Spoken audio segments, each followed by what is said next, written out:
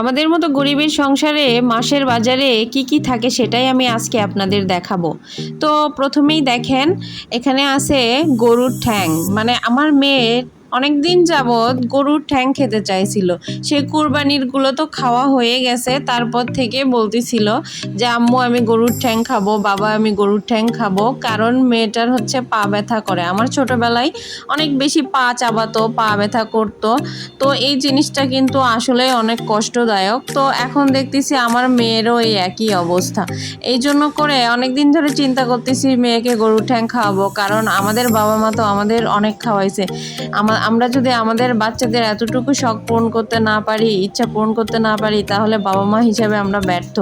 এই জন্য করে চিন্তা ভাবনা করে অনেক দিন যাবত টাকা জমায়ে আজকে দেখেন মেয়ের জন্য গরুর ঠ্যাং কিনে নিয়ে আসছি।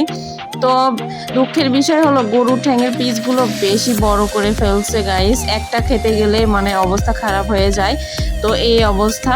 তো এখানে 3 কেজি গরুর মাংস আছে। তারপরে আমি ছোট মাছ কিনছিলাম, ট্যাংরা মাছ, তারপর হচ্ছে কাসকি মাছ, তারপর একটা বোয়াল মাছ কিনছিলাম। বোয়াল মাছটা বেশি বড় না, 1 কেজির একটু কম হবে এরকম সাইজের। তো এগুলো আমি আর পলি থেকে বের করি নাই। তো মেয়ে সব সময় হচ্ছে নুডলস খেতে চাই। ছেলে মেয়ে সকালে বা বিকালে নাস্তার জন্য নুডলস নিয়ে আসছি, ওদের জন্য আটাও নিয়ে আসছি, পরোটা খেতে ভালোবাসে এই জন্য। তেল নিয়ে আসছি 5 কেজি। আমার সম্ভবত মাসে 4 কেজির মতো তেল লাগে। আমি অত বেশিও তেল ইউজ করি না। তো আমাদের 4 জনের ছোট সংসারে দেখেন, আমার হাজব্যান্ড চাইছিল যে অনেক দিন যাবৎ বলতেছে স্যুপ খাবে সে। তো ওর স্যুপ খাওয়ার জন্য এই যে এখানে আমি সস, কর্নফ্লাওয়ার, 2টা সস এগুলো নিয়ে আসছি, চিনি, ডাল, তারপর আর কি কি যেন নিছি, পেঁয়াজ, আদা, রসুন। তো এগুলোই কিনছিলাম। তো এইটুক বাজারে অনেক টাকা, মানে আমরা এইটুক বাজার করতে গিয়ে হাঁপাই গেছি।